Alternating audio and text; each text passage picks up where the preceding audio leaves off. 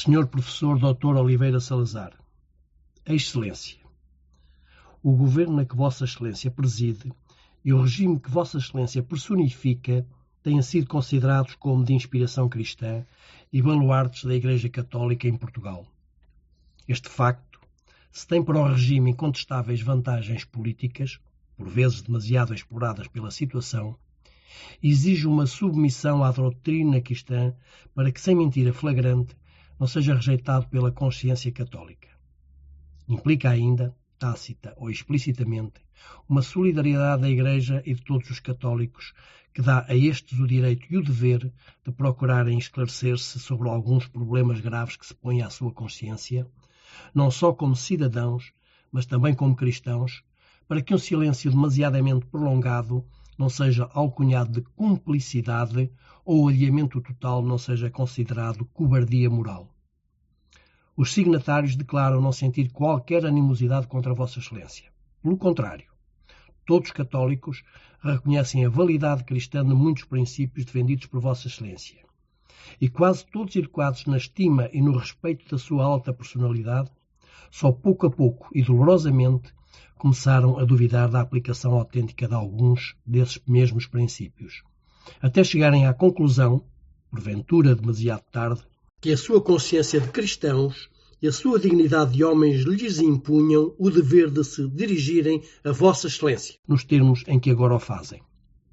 Até aqui estiveram sempre tentados a ver, nos rumores que lhes chegavam, propagandas tendenciosas, nas referências concretas, casos esporádicos inevitáveis, e numa expectativa prudente a melhorar orientação para salvaguardar o que de positivo reconheciam na obra de Vossa Excelência. Indícios diversos e persistentes parecem indicar que os serviços de repressão do regime admitem e empregam métodos que uma consciência humana bem formada não pode tolerar e um espírito cristão tem necessariamente de repudiar.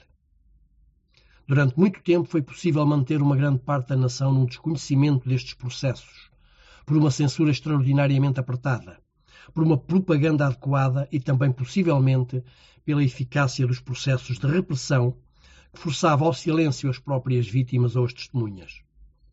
No entanto, a acumulação e a generalização dos rumores, alguns depoimentos públicos, o aparecimento à luz do dia e em plena rua de métodos violentos de repressão durante o último período eleitoral, tudo contribuiu para alertar a opinião pública e convencer uma grande parte do povo português de que algo muito grave se está e se tem estado a passar. Em Paris, publica-se uma revista, Présence Africaine, sob a direção de Alioune Diop, intelectual negro e católico, que ainda na recente Semaine des Intellectuels Catholiques, presidida pelo cardeal Feltin, teve a honra de ser convidado a fazer uma das conferências. O número de abril-julho de 1955 dessa revista, e sob o título Massacres em São Tomé, referia aos acontecimentos de que o público português tinha tido vago conhecimento através da imprensa. Em resumo, afirma-se nessa pequena crónica que, em virtude de repressões policiais, foram mortas em São Tomé mais de 1000 pessoas, entre negros, mestiços e brancos. Nomeadamente, de 5 até à madrugada de 6 de fevereiro, morreram asfixiadas 30 das 45 pessoas encerradas numa prisão. E descrevem-se outras violências e torturas. O número 7, outubro de 1957, do boletim da Commission Internationale de Juristes, com sede na Haia, organismo insuspeito por ser integrado na Unesco e por se ter fundado para a defesa do direito, a propósito dos acontecimentos na Hungria em 1956, apresenta um estudo sobre Portugal, em que, além da análise de algumas anomalias dos nossos estatutos jurídicos, se refere concretamente às torturas da PIDE, às ilegalidades cometidas na instrução dos processos políticos e ao caso de 2 homens mortos há pouco no decorrer dos tratos que lhes deu a PIDE do Porto, Joaquim Lopes de Oliveira, de Faf, e Manuel da Silva Júnior, de Viana do Castelo. Por outro lado, M. Supervielle, advogado na Cour d'appel de Paris, assistiu a um processo político em 1956. Falou pessoalmente com várias vítimas e apresentou um longo relatório publicado no boletim número 31 da Associação Internacional des Juristes Démocratiques. Poderá alegar-se que as tendências políticas dessa associação a tornam suspeita, mas nunca se desmentiram os factos concretos apontados. Aliás, com risco para as próprias testemunhas. Traduzimos, a título de exemplo, entre outros casos citados. Os métodos de perseguição variam com as secções da polícia política. O mais geralmente empregado no Porto, considerado uma das menos vigorosas, consiste em obrigar ao exercício da estátua. O acusado tem de estar de pé até responder a perguntas colocadas diante dos olhos. O exercício prolonga-se sem qualquer tempo de sono, por vários dias e várias noites, apenas com pequenas interrupções para tomar alimento. O menor desfalecimento é naturalmente reprimido com energia. O acusado, Hernani Silva, sofreu a estátua durante 7 dias e 7 noites consecutivas. Um outro, tuberculoso, foi torturado em Lisboa até ter vômitos de sangue que duraram 13 horas e meia. Dinis Fernandes Miranda, de 27 anos de idade, agricultor do Alentejo, foi mais especialmente torturado. Nariz e maxilar inferior partidos, partes sexuais torcidas até ao desmaio, etc. O mais jovem dos acusados, José Seabra, que quando foi preso tinha 17 anos de idade e que vimos em casa de um advogado diante de um médico, com o qual discutimos as consequências da falta de sono, mostrou-nos nas costas os vestígios da flagelação que sofreu depois de 5 dias e 5 noites de estátua. Estas e outras referências na imprensa estrangeira, apesar da gravidade e caráter concreto das acusações, nunca foram convenientemente esclarecidas. Evidentemente, qualquer das referidas publicações é rigorosamente proibida em Portugal.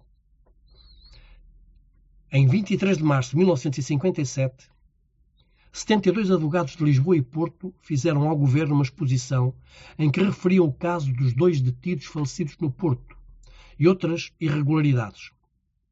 Pediam um amplo e rigoroso inquérito para esclarecimento do assunto e se prontificavam a apresentar elementos de prova sobre alguns casos que conheciam. Realmente, o inquérito iniciou-se e alguns dos signatários foram chamados a prestar declarações. Entre estes, o primeiro signatário, Dr. Fernando de Abranches Ferrão, apresentou depoimento escrito em 23 de outubro do mesmo ano, no qual cita 26 casos de maus-tratos infligidos a presos políticos, de maior ou menor gravidade, mas em que se inclui, quase como geral, o chamado processo da estátua, com as suas consequências físicas e psicológicas. No entanto, até à data, outros signatários não foram chamados a prestar declarações, e não consta que estejam a prosseguir as investigações ou se tenha chegado a qualquer conclusão. Entretanto, o público teve conhecimento de que um dos signatários, o Dr. Manuel João da Palma Carlos, tinha sido preso e julgado, embora absolvido, por incidentes resultantes do mesmo inquérito. Pedido semelhante foi feito em 16 do mesmo mês e ano, por 33 advogados de Coimbra, entre os quais o Governador Civil Adjunto de Coimbra e o Presidente da Câmara de Condeixa. Não consta que este pedido, feito por intermédio do Presidente da Ordem dos Advogados, tenha tido qualquer seguimento, além do que resultou do documento citado atrás. É também do conhecimento geral que já anteriormente tinham sido pedidos inquéritos aos tratamentos dos presos políticos e que, em alguns casos, alguma satisfação se deu às vítimas e se imprimiu uma certa moderação em pontos limitados. Mas não parece que os responsáveis tenham tido outro castigo, além de simples transferências dentro da mesma missão. Na maior parte dos casos, não se deu às acusações o seguimento e nunca a satisfação completa que mereciam. É do conhecimento público o caso repetido em alguns julgamentos políticos de se fazerem calar perentoriamente advogados, testemunhas e réus, quando procuram descrever violências físicas de qualquer género, durante a prisão ou instrução do processo, ou mesmo a referência a assassinatos pelas autoridades policiais. O que é grave, e não abona muito em favor da independência da magistratura especializada desses julgamentos, é que nunca dessas audiências saiu a abertura de um inquérito judicial aos métodos policiais citados. Inquérito que, sem se prestar a efeitos fáceis em pleno julgamento, teria pelo menos esclarecido a autenticidade das acusações formuladas para a defesa do direito e da justiça. Mas o mais inquietante libelo que conhecemos é o livro Portugal Oprimido, assinado por Capitão Queiroga, editora Germinal do Rio de Janeiro, outubro de 1958. O livro descreve dezenas de assassinatos, alguns com requintes de sadismo, torturas físicas e morais de todo o género, brutalidades gratuitas, processos da estátua até ao limite da resistência humana, flagelação e espetáculos de sangue, esmagamento de membros, queimaduras na vista, redução de um homem a uma abjeção imprópria de animais. Outras vezes, aniquilamento sistemático, frio e premeditado da vida física, mental ou espiritual de muitas dezenas de homens. E até a liquidação em massa de homens considerados perigosos e recolhidos em caminhonetas para serem fuzilados pelos espanhóis durante a Guerra Civil.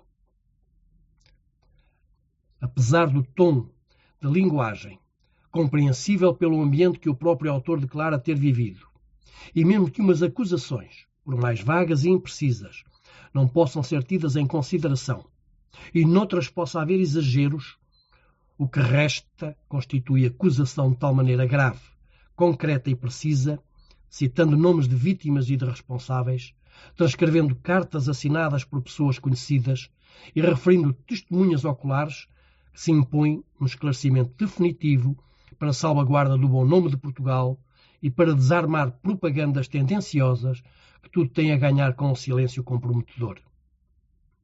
Ou tudo é falso, e as leis internacionais permitem responsabilizar os autores e editores, ou uma parte, mesmo ínfima, dos casos graves apontados é verdadeira, e torna-se então necessário dar uma satisfação à parte sã do povo português. O período eleitoral parece ter correspondido a um recrudescimento da atividade policial e dos referidos processos de repressão.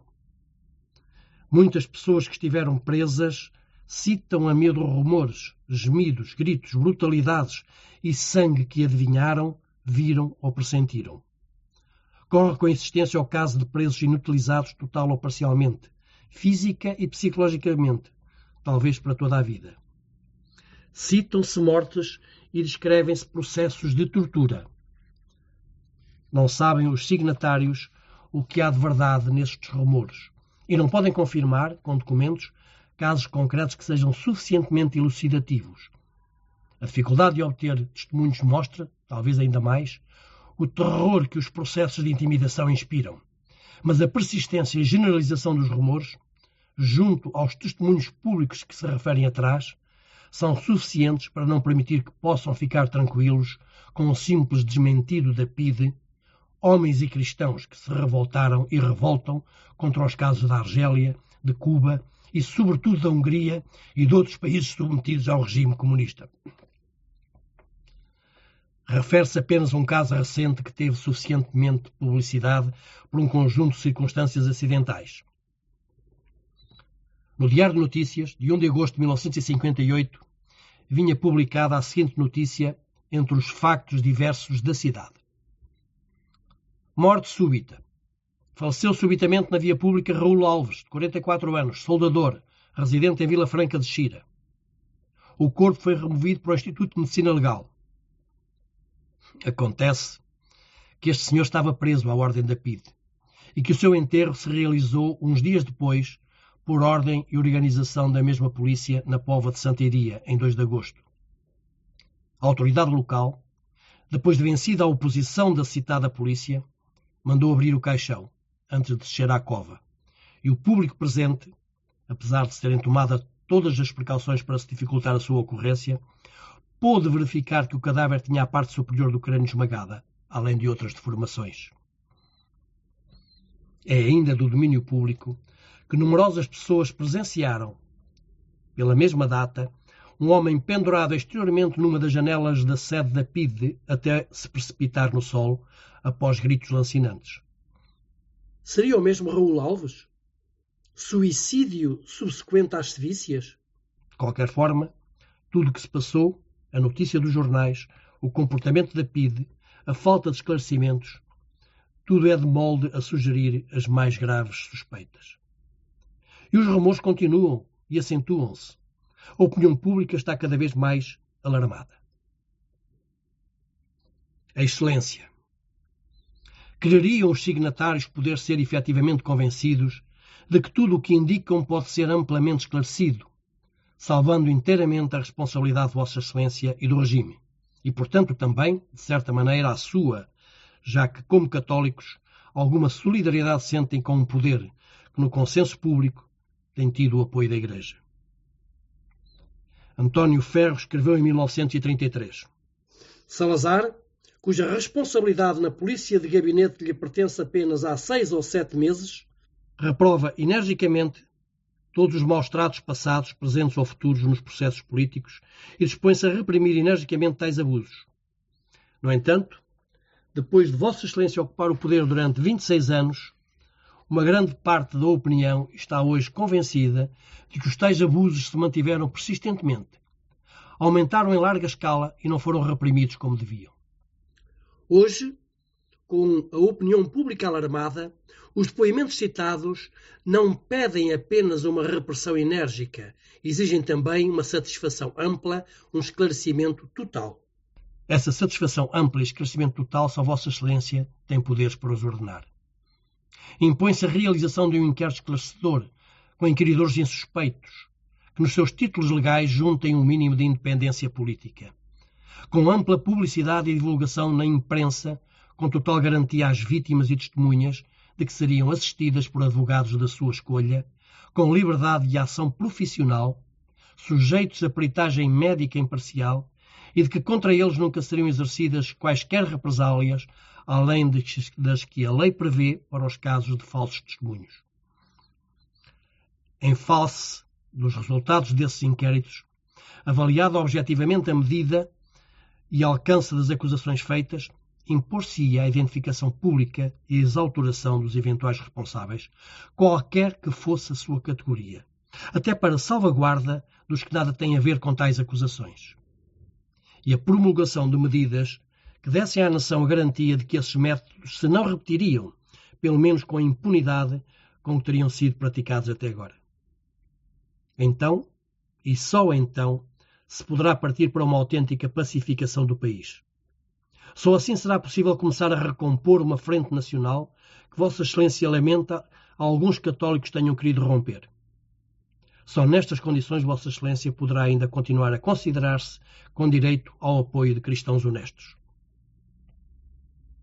Contra uma consciência pública esclarecida e generalizada, não há possibilidades de os governos se manterem duradouramente, ao menos sem um certo desenvolvimento de força nem sempre legítimo. Disse Vossa Excelência há 26 anos. Nós diríamos que esse desenvolvimento de força seria pura e simplesmente ilegítimo. Haverá certamente alguns que, embora admitam, na verdade, algumas das acusações formuladas, preconizam um silêncio prudente, acompanhado ou não de algumas medidas discretas que evitam os desmandos mais notórios.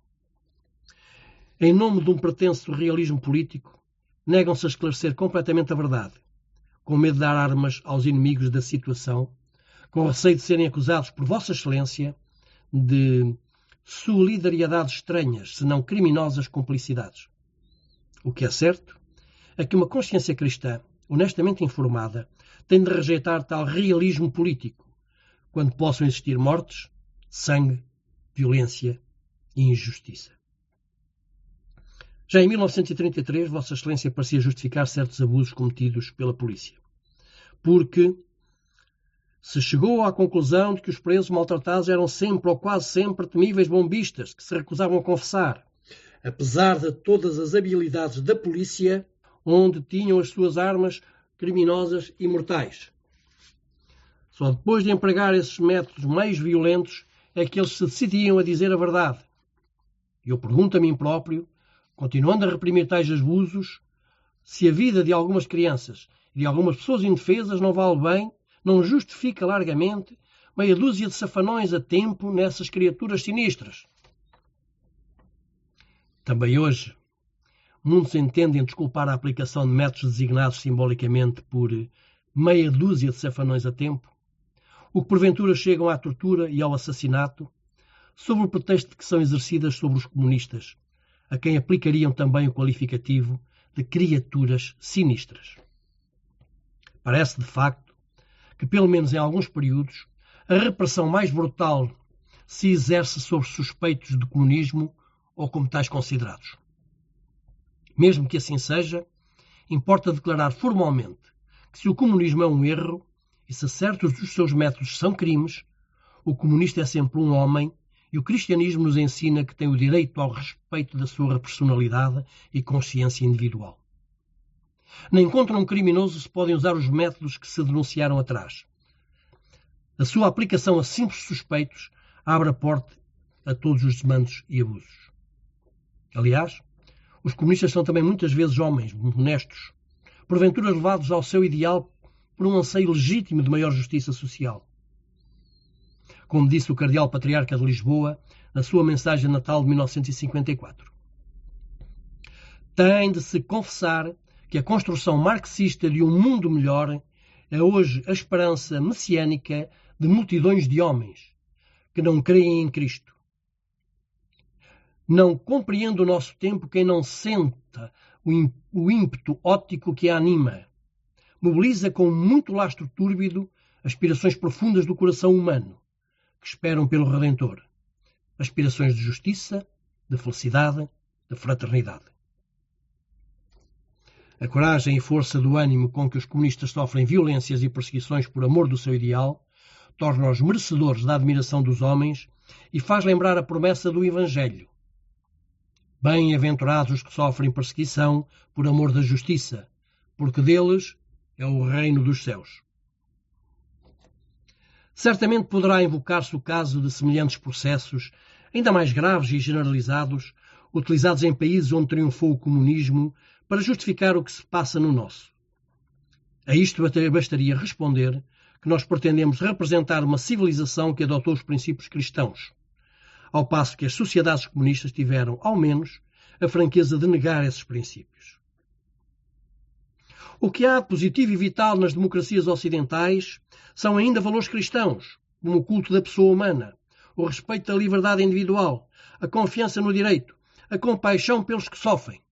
Cito o Cardeal Patriarca de Lisboa. Aliás, mesmo nesses países, algumas vozes de comunistas sinceros e honestos se levantam a protestar contra tais processos. E alguns nos parecem terem pago com humilhações, perseguições e talvez com a própria vida essa coragem e essa dignidade. Mal seria que o cristianismo não fosse capaz de se inspirar no mundo ocidental, pelo menos, atitudes idênticas às desses comunistas. Outros preferem, pelo contrário, invocar o exemplo do que recentemente se tem passado em França, pátria da liberdade e talvez também um dos mais católicos países do mundo. Invocam-se sobretudo os casos das torturas na Argélia. Deve, no entanto, notar-se que as condições são completamente diferentes na Argélia. Uma guerra civil sanguinária, um processo psicológico de terrorismo e contra-terrorismo, o estado de nervosismo das autoridades e a excitação permanente, se não justifica, pode pelo menos explicar os excessos cometidos. Em Portugal tudo é diferente. E os únicos desmandos e crimes que se têm verificado são umas tantas manifestações públicas, uns papéis clandestinos que procuram contrariar a ação de uma censura total e algumas greves que, na maior parte dos países, nem seriam consideradas crimes. Acrescente-se ainda, para a glória de França, o que compensa parcialmente a vergonha dos crimes referidos, que se levantou em todo o país uma onda de protestos, a qual não hesitou em sacrificar um pretenso interesse nacional aos superiores princípios de humanidade e cristianismo, em que, em primeiro plano, aparecem católicos ilustres, algumas vezes o próprio episcopado. Citam outros ainda o exemplo da Igreja Católica, que nos tempos da Inquisição sancionou torturas possivelmente semelhantes e ainda muito mais graves. Pretende-se assim tirar aos cristãos toda a autoridade para uma crítica leal e honesta, sob pena de terem de acusar a própria Igreja Católica. Também aqui temos, para julgar a história, de situar-nos num ambiente e numa época com diferentes concepções, diferentes hábitos e diferentes níveis de cultura. Foi a obra de educação de gerações sob a égide da Igreja Católica, a civilização cristã, que tornou hoje inaceitável, no consenso geral dos povos, a repetição de uma nova Inquisição e dos seus processos. A Igreja pode tê-los tolerado ou sancionado indiretamente, de acordo com a mentalidade da época, mas nunca os aprovou em princípio. E os seus melhores, santos e teólogos, sempre os denunciaram. No entanto, a condenação pela Igreja de tais métodos em geral e dos abusos da referida Inquisição em particular é categórica. E ninguém poderá invocar honestamente a doutrina católica para sancionar métodos que são crimes à face da lei de Deus e envergonham os povos que os admitem. O assunto foi tratado ultimamente por Pio XII em 2 discursos, 4 do 10 de 53 e 15 do 10 de 54, nos quais diz, nomeadamente: a seriedade, a dignidade da justiça e da autoridade pública exigem a observância estrita das normas jurídicas relativas à prisão do acusado e ao seu interrogatório. A constituição do processo deve excluir a tortura física e psíquica e a narcoanálise. E citando uma exortação do Papa Nicolau I, no ano 866. Mas isto nem a lei divina, nem a humana o admitem. A confissão não deve ser forçada, mas espontânea. Não deve ser extorquida, mas voluntária. Renunciai, portanto, a estas coisas e amaldiçoai do fundo do coração o que, até ao presente, tivestes a loucura de praticar.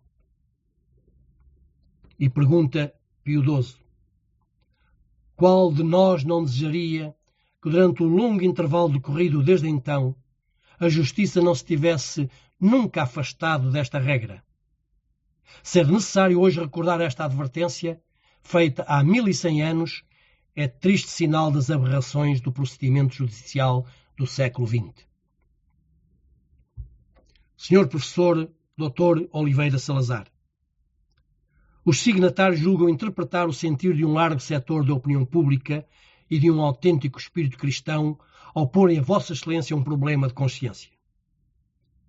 O que expuseram é suficientemente grave e a doutrina que invocaram suficientemente clara, para que a Vossa Excelência e a si próprios já não seja legítimo um silêncio prudente ou um pretenso realismo político. Não invocam quaisquer prerrogativas pessoais, que não têm, mas em nome dos princípios cristãos, a que, como católicos, Vossa Excelência e eles próprios aderem acima de tudo, julgam dever da sua consciência exigir um esclarecimento amplo, total e definitivo às questões que levantaram. Fazem-no sabendo que Vossa Excelência, como político, deverá um dia responder perante a história. E, sobretudo, como homem cristão, terá de ser julgado por Deus.